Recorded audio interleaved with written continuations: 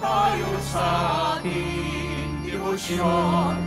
Purihin ang Panginoon.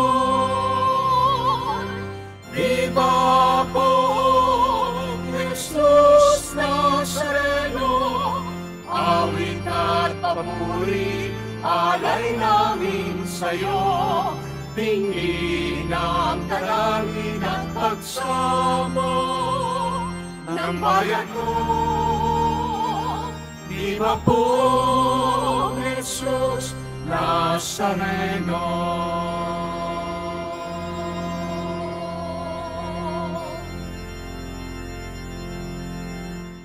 Sa ngalan ng Ama, ng Anak at ng Espiritu Santo. Amen. Sumainyo ang Panginoon.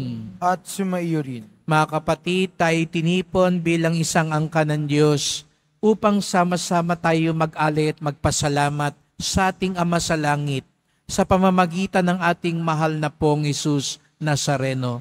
Nabuhay siyang mag-uli upang ipakita sa atin ang buhay na walang hanggan, ang tunay na biyaya at kaligtasan. Upang tayo maging marapat gumanap sa banal na pagdiriwang, aminin natin ang ating mga kasalanan, humingi tayo ng tawad sa Diyos.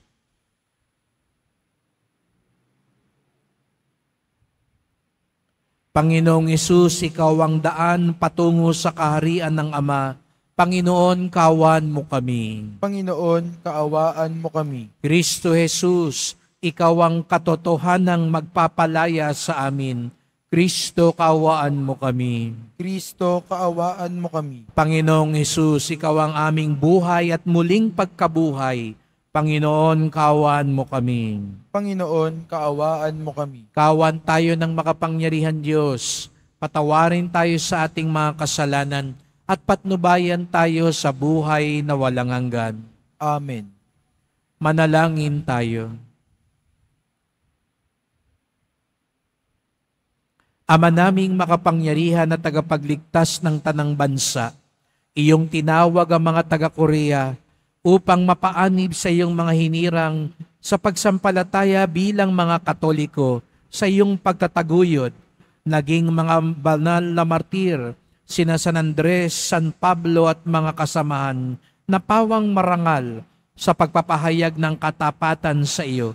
Pakundangan sa kanilang ulirang halimbawa at panalangin, iyong ipagkaloob na hanggang kamatayan kami ay makapanatiling matatag sa pagsunod sa iyong mga utos.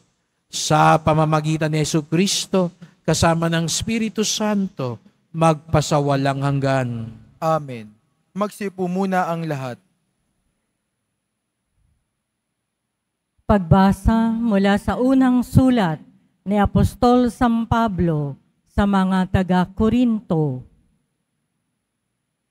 Mga kapatid, kung ipinangangaral naming si Kristo'y muling nabuhay, ano't sinasabi ng ilan sa inyo na hindi bubuhayin muli ang mga patay? Kung ito'y totoo, lilitaw na hindi muling binuhay si Kristo. At kung si Kristo'y hindi muling binuhay, walang kabuluhan ang aming pangangaral at walang katuturan ang inyong pananampalataya. Kung magkagayon, lilitaw na kami mga bulaang saksi ng Diyos, sapagkat pinatotohanan namin na muling binuhay ng Diyos si Kristo, ngunit lilitaw na hindi ito totoo. Kung talagang di bubuhayin muli ang mga patay, kung hindi muling bubuhayin ang mga patay, hindi rin muling binuhay si Kristo. At kung hindi muling binuhay si Kristo, kayo'y hindi pa nahahango sa inyong mga kasalanan at walang katuturan ang inyong pananampalataya. Hindi lamang iyan, lilitaw pa na ang lahat ng namatay na nananalig kay Kristo ay napahamak. Kung ang pag-asa natin kay Kristo ay para sa buhay na ito lamang. Tayo na ang pinakakawawa sa lahat ng tao. Ngunit ang totoo, si Kristo'y muling binuhay bilang katibayan na muling bubuhayin ang mga patay. Ang salita ng Diyos. Salamat sa Diyos.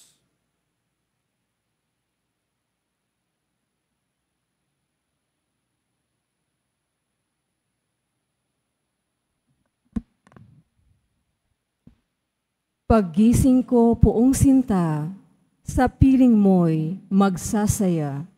Paggising ko poong sinta, sa piling mo'y magsasaya. Dinggin mo po, Panginoon, ang tapat kong panawagan. Poon ako'y dinggin mo, sa daing ko na tulungan. Pagkat ako'y taong tapat, di nandaya kailanman. Kaya ako'y sumasamong, dalangin ko ay pakinggan. Paggising ko poong sinta, sa piling mo'y magsasaya. Ang daing ko, Panginoon, ay lagi mong dinirinig. Kaya ako'y dumudulog at sa iyo humihibik. Sa amin ay ipadama, yaong banal mong pag-ibig. Sa piling mo'y ligtas kami, sa kamay ng malulupit. Paggising ko poong sinta, sa piling mo'y magsasaya. Kung paanong sa mata mo'y lubos ang iyong pag-iingat, gayon ako ingatan mo sa lilim ng iyong pakpak. Yamang ako ay matuwid, ang mukha mo'y mamamalas. Kapag ako'y nagising, sa piling mo'y magagalak. Paggising ko poong sinta, sa piling mo'y magsasaya. Magsitayo na po ang lahat.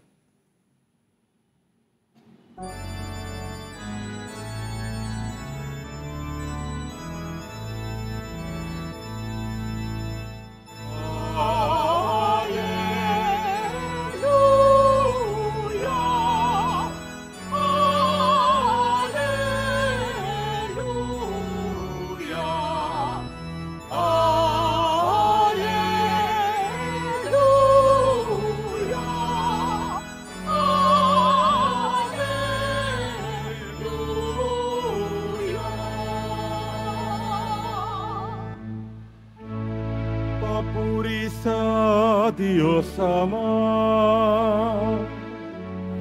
pagkat ipinahayag niya, hari siya ng mga abang.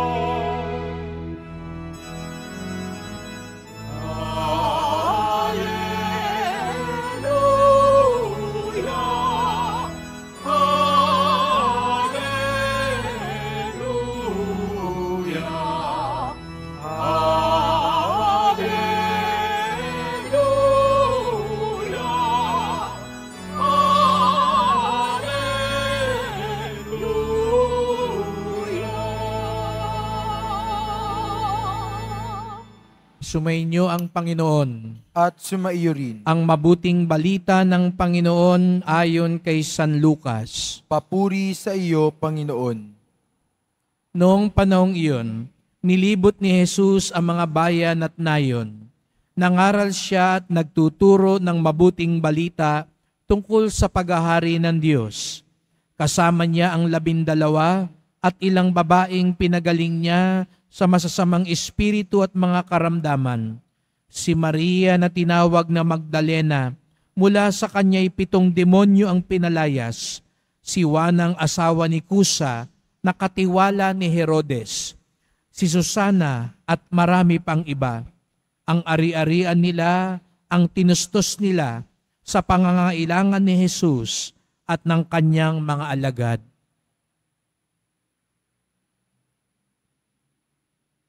Mga kapatid, ang mabuting balita ng ating kaligtasan. Pinupuri ka namin, Panginoong Hesukristo. Magsipo muna ang lahat. Magandang umaga po sa inyong lahat at maligayang pagdating sa tahanan ng ating mahal na pong Jesus Nazareno. Pinagdarasal din natin ang mga nasa online, lalo na po mga may sakit, nag-aalaga sa may sakit, at mga kababayan kadeboto natin mula sa iba't ibang panig ng bansa at daigdig na nais sumama sa misa dito sa Quiapo, sa Basilica Minor at Pambansang Dambana ni Jesus Nazareno. Araw ng Biyernes, araw ng debosyon, araw ng mga deboto, at higit sa lahat, araw ng ating pinakamamahal. Kaya't bigyan natin ng papuri, parangal at pasasalamat ang ating minamahal na Nuestro Padre Jesus Nazareno. Bagamat masungit ang panahon, narito po kayo. Bakit kayo narito? Bakit kahit malayo pa ang inyong pinanggalingan, nandito kayo? May mga simbahan namang mas malapit sa inyong lugar. Pero bakit nagpupumilit kayong pumunta dito? Bakit bagamat mahirap ang pagbiyahe, nandito tayo? May kanya-kanya tayong dasal, may kanya-kanya tayong dahilan, pero natitiyak ko narito tayo sapagkat nag-uumapaw ang ating pananalig at pag-asa kay Jesus Nazareno. Amen. At sa mga talagang naniniwala, umaasa, at alam nilang hindi sila bibiguin ni Jesus Nazareno, itaas nga ang kamay at pumalakpak ng mas malakas.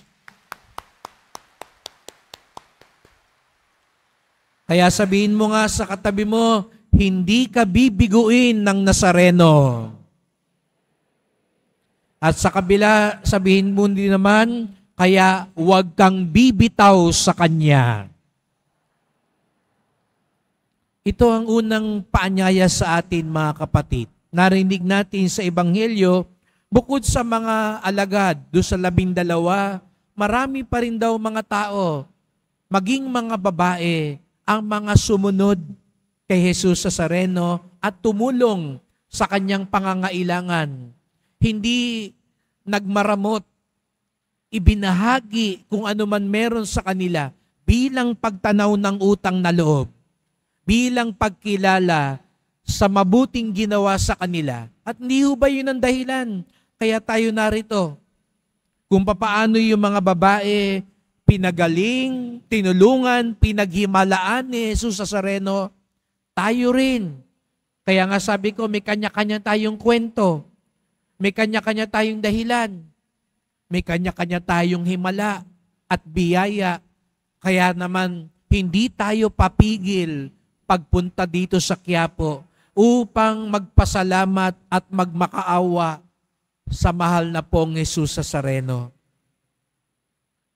At ang biyayang ipinagkaloob sa atin, nakita natin, dahil sa himala, sila'y sumunod.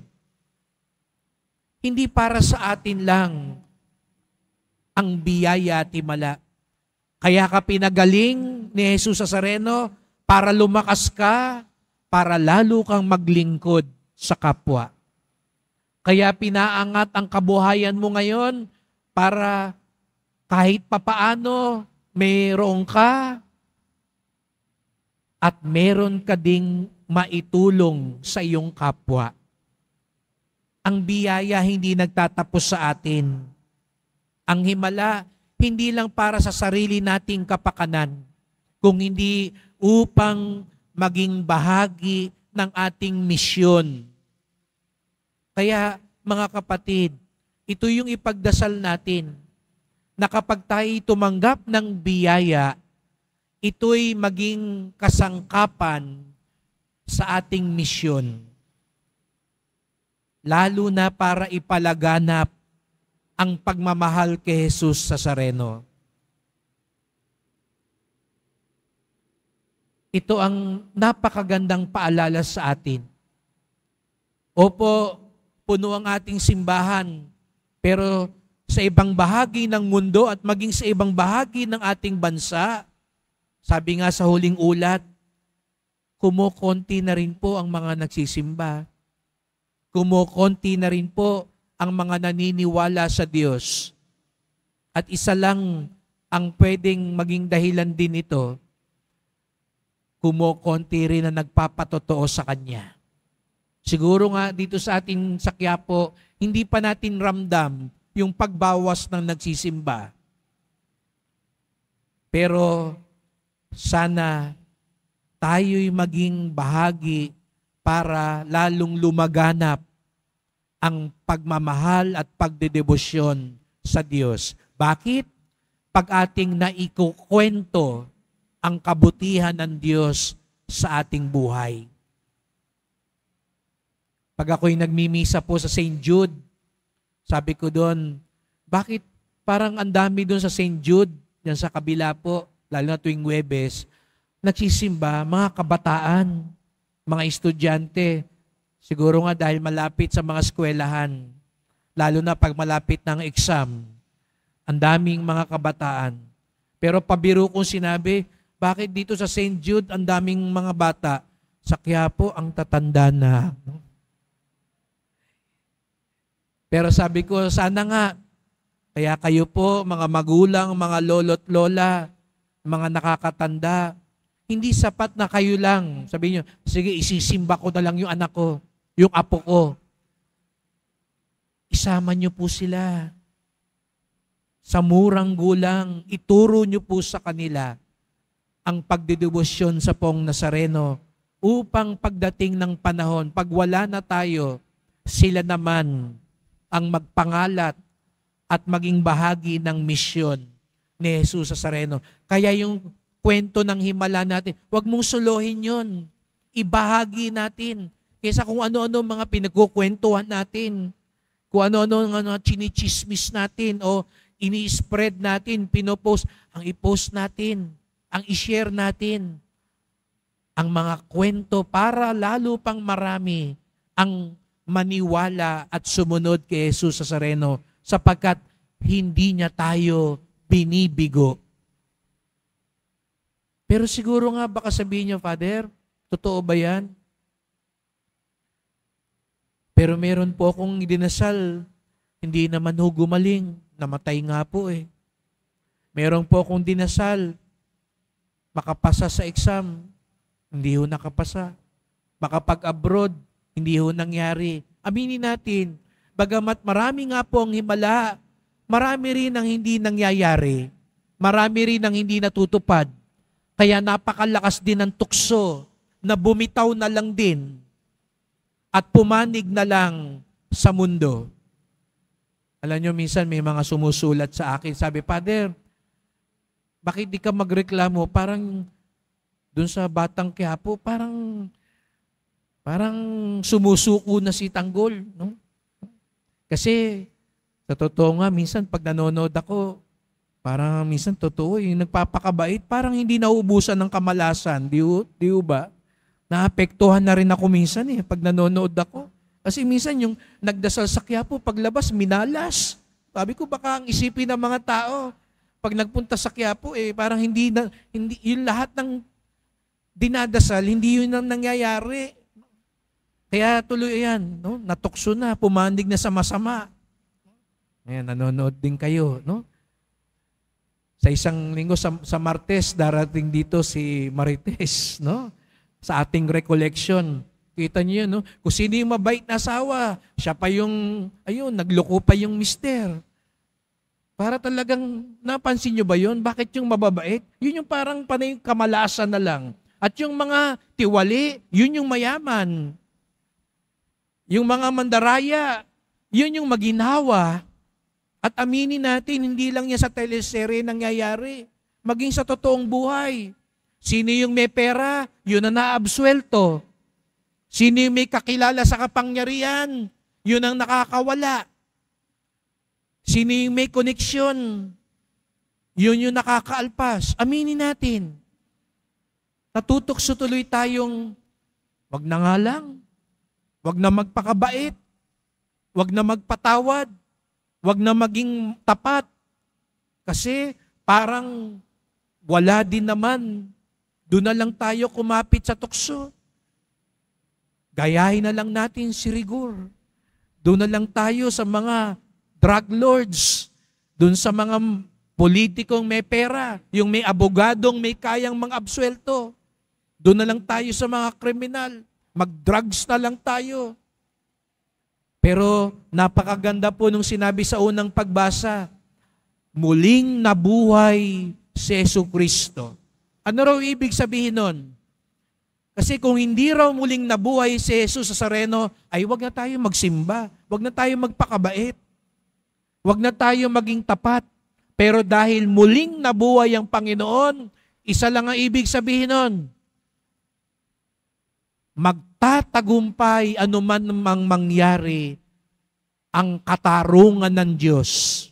Mananaig anuman ang mangyari ang katotohanan at kabutihan ng Diyos. Siguro nga, sa mundong ito, may makakalusot, may makapagtatago. Sa mundong ito, hindi lahat ng nagiging deboto parang pinagpala at sinuwerte. Ngayong araw na ito, ipinagdiriwang natin ng kapistahan ng mga martir. Si San Andres Kim Daejeon, alam niyo po siya, tumira dyan sa Bulacan. Dito siya nag-aral para maging pari. Pagbalik sa Korea, naging martir. Napatay para sa pananampalataya. Siguro nga, kung sa teleserye yun, sasabihin, ay malas naman nung taong yun. Deboto ng Panginoon. Pero napatay. Pero dahil muling nabuhay, siguro nga sa mata ng mundo, kawawa sila, malas sila, pero sa mata ng Diyos, sila ang tunay na magtatagumpay. Kaya nga sabi ko kanina, huwag tayong bibitaw, huwag tayong susuko.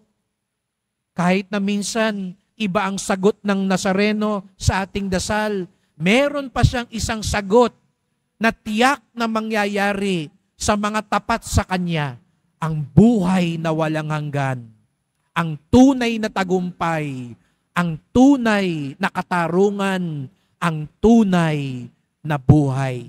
At ito ang ating pinangaawakan.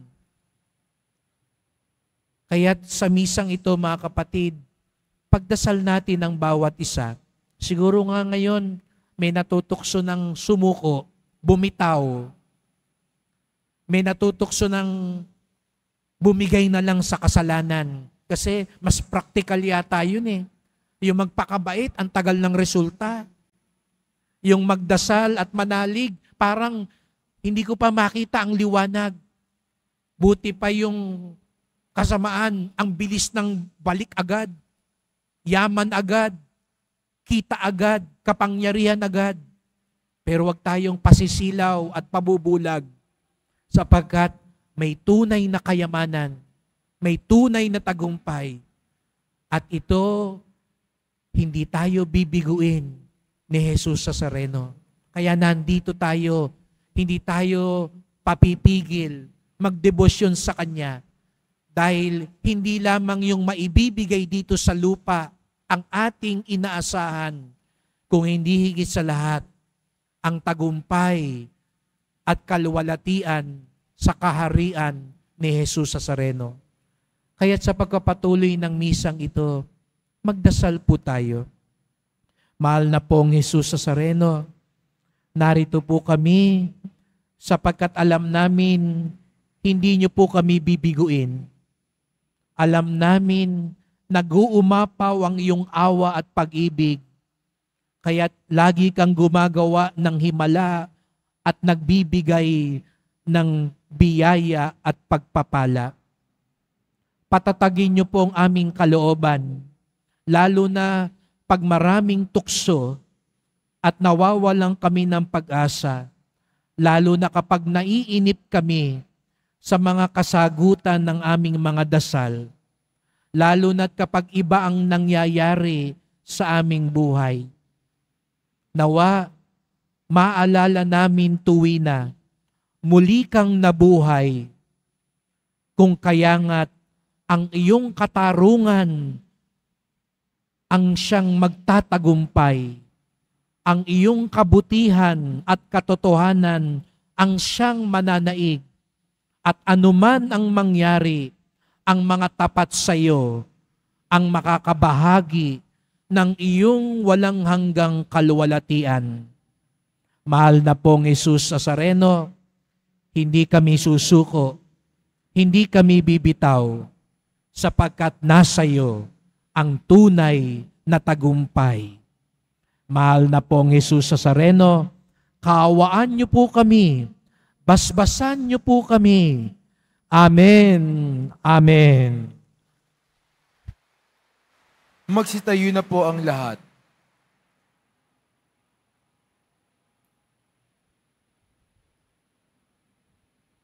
Mahal ko mga kapatid, puno ng pag-asa at pananalig, manalangin tayo sa Diyos Ama na nananabik na madama nating higit ang Kanyang presensya, ang ating tugon. Gamitin mo kami sa iyong gawain, O Panginoon. Gamitin mo kami sa iyong gawain, O Panginoon. Ang simbahan, naway patuloy na umunlad at maging simbolo ng katarungan, pag-ibig, at katotohanan sa daigdig. Manalangin tayo. Gamitin mo kami sa iyong gawain, O Panginoon. Bilang isang komunidad, naway wag nating ipagwalang bahala ang ating buhay pananampalataya. Bagkus, hanapin natin ang Diyos maging sa mga paghihirap at pagsubok. Manalangin tayo. Gamitin mo kami sa iyong gawain, O Panginoon. Ang mga bata, naway lumaki sa pamamaraan ng biyaya at tumanda na katulad ng mga taong kawangis ni Kristo. Manalangin tayo. Gamitin mo kami sa iyong gawain, O Panginoon. Ang mga may sakit, naway mapalakas sa pananampalataya sa pamamagitan ng kanilang pag-uugnay ng kanilang pagdurusa sa mga pagdurusa ni Kristo. Manalangin tayo. Gamitin mo kami sa iyong gawain, O Panginoon. Ang ating mga mahal na yumao, naway magtamasa ng bunga ng kapayapaan, kaligayahan at kasiyahan sa kaharian ng Diyos. Manalangin tayo. Gamitin mo kami sa iyong gawain, O Panginoon. Tahimik nating idulog ang iba nating mga kahilingan.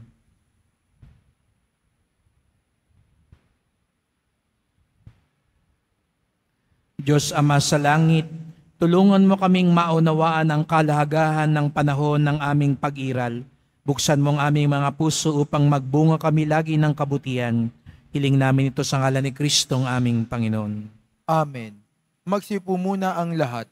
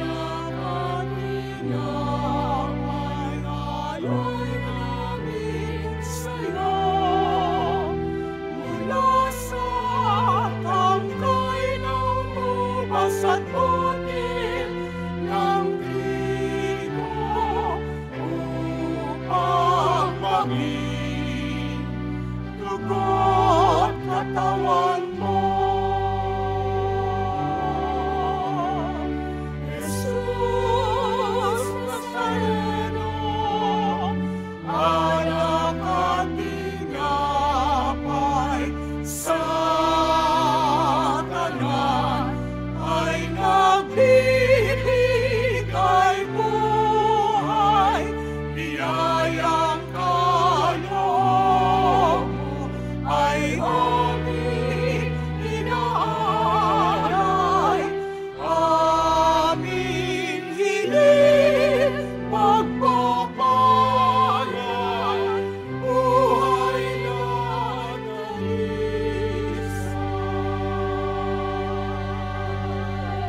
Magsitayo na po ang lahat. Manalangin kayo mga kapatid upang ating paghahain ay kalugdan ng Diyos amang makapangyarihan.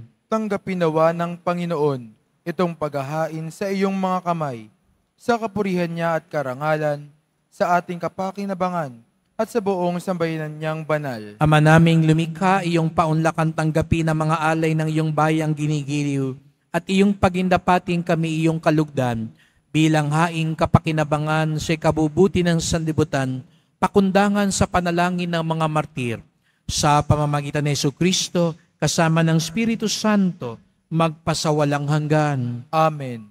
Sumainyo ang Panginoon. At sumaiyo rin. Itaas sa Diyos ang inyong puso at diwa. Tinaas na namin sa Panginoon. Pasalamatan natin ang Panginoong ating Diyos. Marapat na siya ay pasalamatan. Ama naming makapangyarihan, tunay ngang marapat na ikaw ay aming pasalamatan.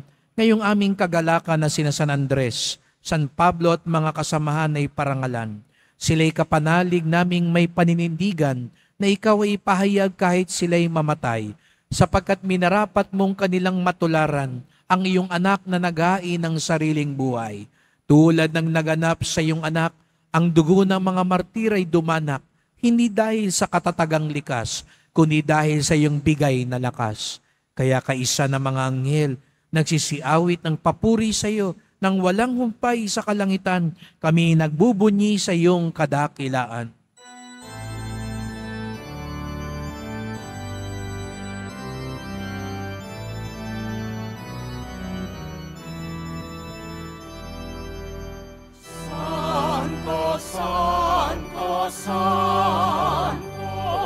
Panginoong Diyos sa mga hukbo, napupuno ang langit at lupa ng kadakilaan mo. Hosana, Hosana, Hosana sa kaitaasan. Hosana, Hosana, Hosana sa kaitaasan. Pinagpala ang naparirito sa ngalan ng Panginoon. Hosana, Hosana, Hosana sa kaitaasan. Hosana, Hosana, Hosana sa kaitaasan.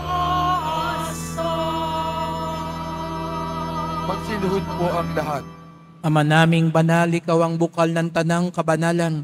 Kaya sa pamamagitan ng iyong Espiritu, gawin mong banal ang mga kaloob na ito, upang para sa aming maging katawan at dugo ng aming Panginoong Hesukristo.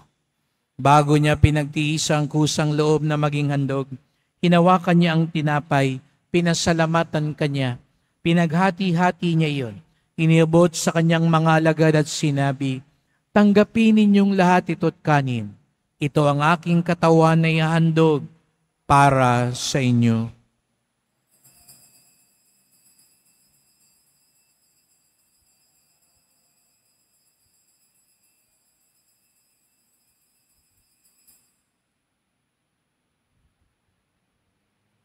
Gayon din naman nang matapos ang hapunan, hinawakan niya ang kalis. Muli kanyang pinasalamatan. Iniabot niya ang kalis sa kanyang mga alagad at sinabi, "Tanggapin ninyong lahat ito't inumin. Ito ang kalis ng aking dugo, ng bago't walang hanggang tipan. Ang aking dugo na ibubuhos para sa inyo at para sa lahat sa kapagpapatawad ng mga kasalanan. Gawin niyo ito sa pag-alala sa akin."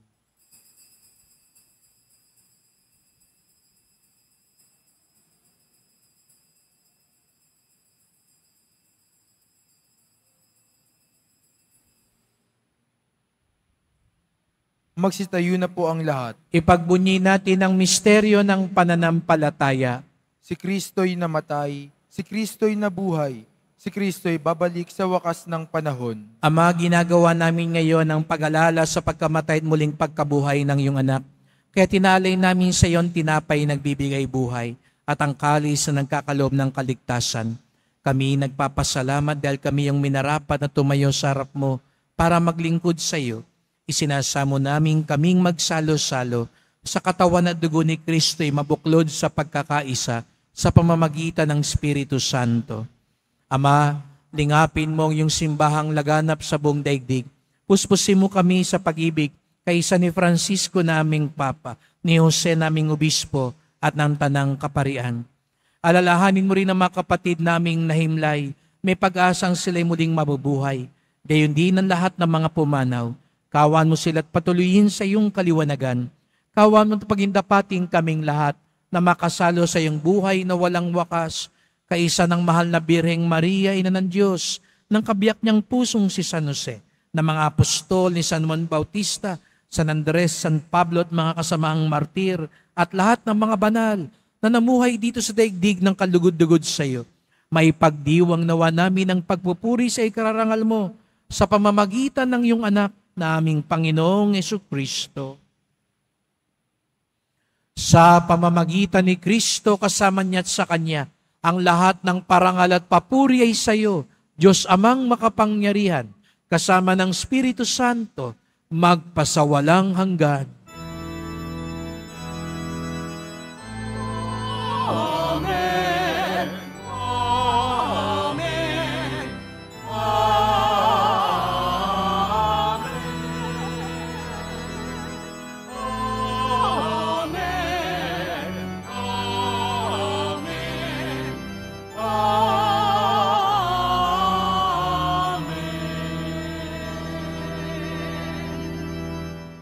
Tayo ay pinagpapala ng Diyos para pagpalain din ng ating kapwa sapagkat tayo mga magkakapatid kay Jesus Nazareno.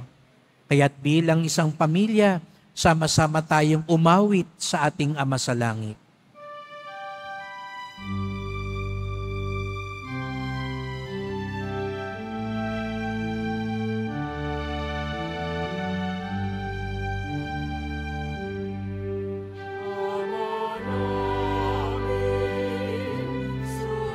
Sumasalangit ka,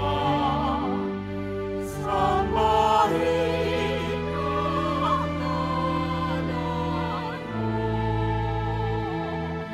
Makasa amin ang kaharian mo. Sundin ang loob mo. Dito sa lupa para ng salamin.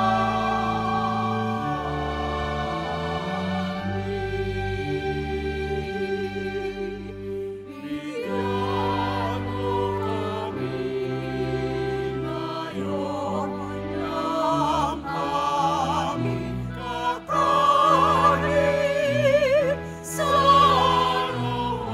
araw-araw. At patawarin mo kami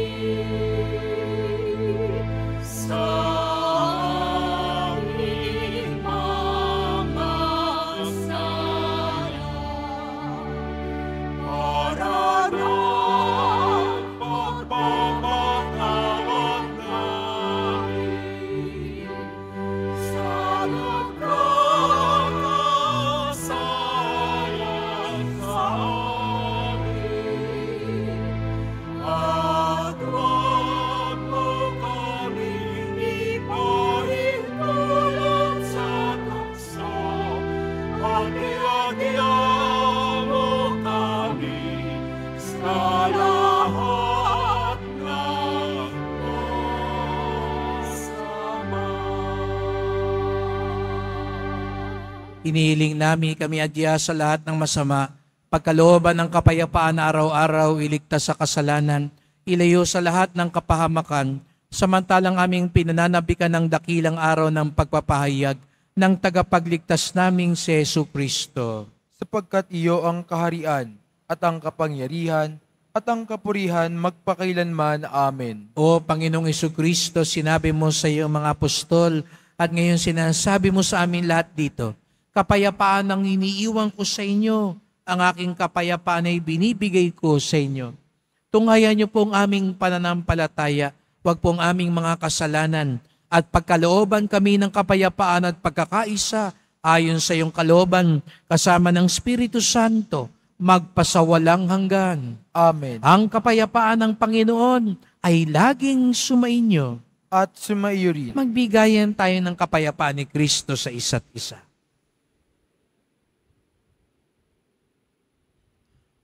Kordero ng Diyos na nag-aalis ng mga kasalanan ng sanlibutan, maawa ka sa amin. Kordero ng Diyos na nag-aalis ng mga kasalanan ng sanlibutan, maawa ka sa amin. Kordero ng Diyos na nag-aalis ng mga kasalanan ng sanlibutan, ipagkaloob mo sa amin ang kapayapaan. Magsiluhod po ang lahat. Narito si Jesus Nazareno, muling nabuhay para tayo'y magtagumpay. Siya ang kordero ng Diyos, nag-aalis ng mga kasalanan ng sanlibutan, mapapalad ang inaanyayahan sa kanyang piging. Panginoon, hindi ako karapat-dapat na magpatuloy sa iyo, ngunit sa isang salita mo lamang ay gagaling na ako.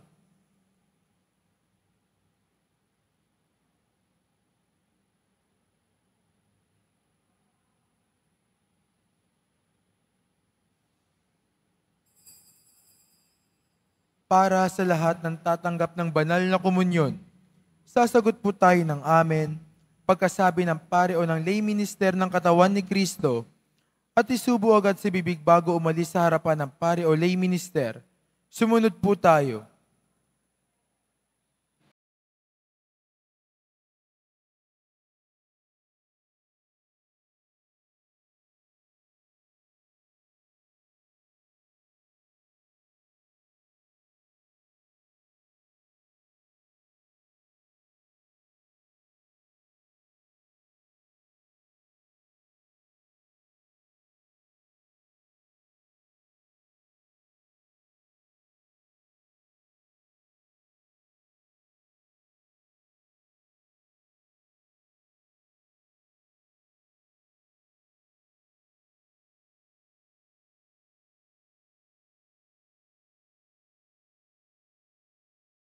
Tayo, Ama naming mapagmahal, kami iyong binigyan ng lakas na dulot ng banal na salo-salo. Sa paggunita namin sa mga banal na martir, hinihiling namin kami ay iyong pamalagiin sa matapat na pagsampalataya sa iyong anak at sa pagmamalasakit sa kaligtasan ng lahat bilang mga kaanib ng iyong simbahan sa pamamagitan ni Jesucristo kasama ng Espiritu Santo magpasawalang hanggan. Amen. Salamat po sa inyong pagpunta dito sa Quiapo kahit mahirap at masungit ang panahon.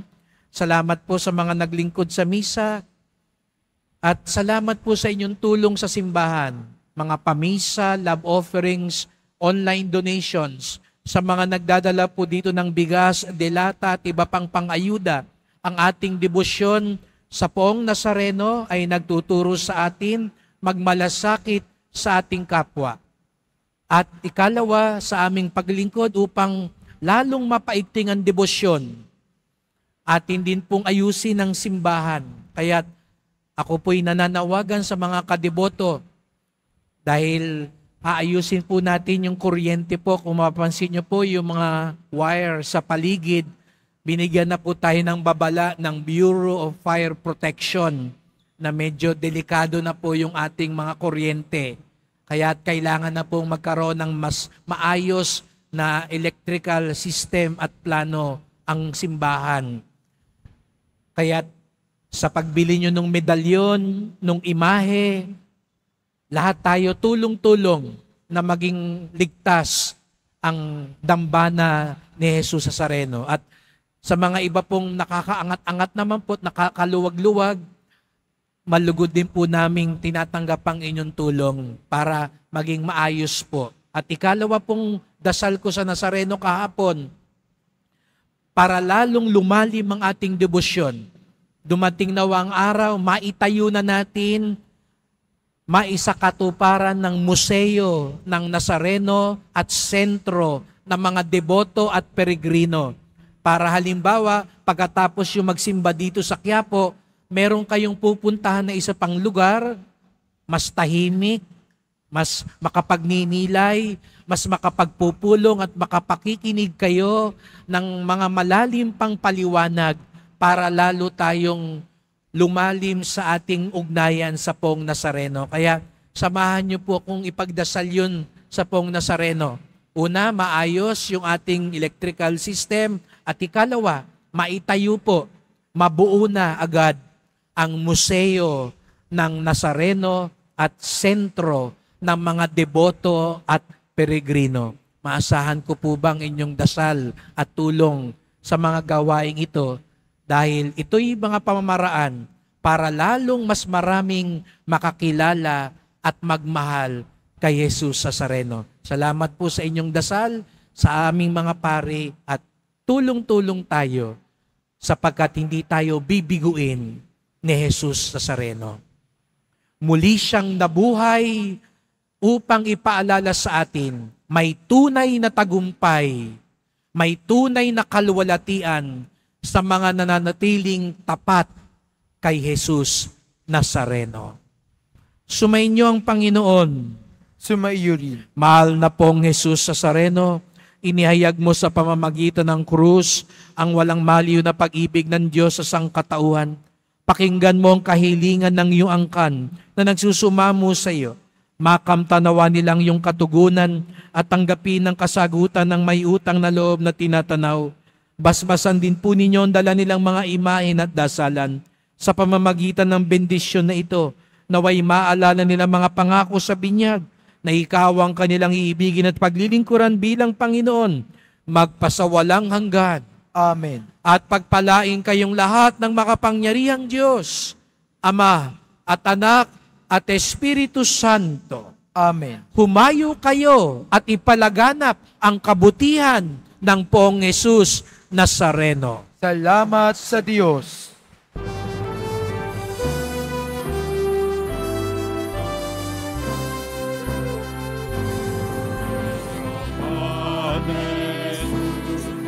Nazareno, sinasampa ka namin, pinipinto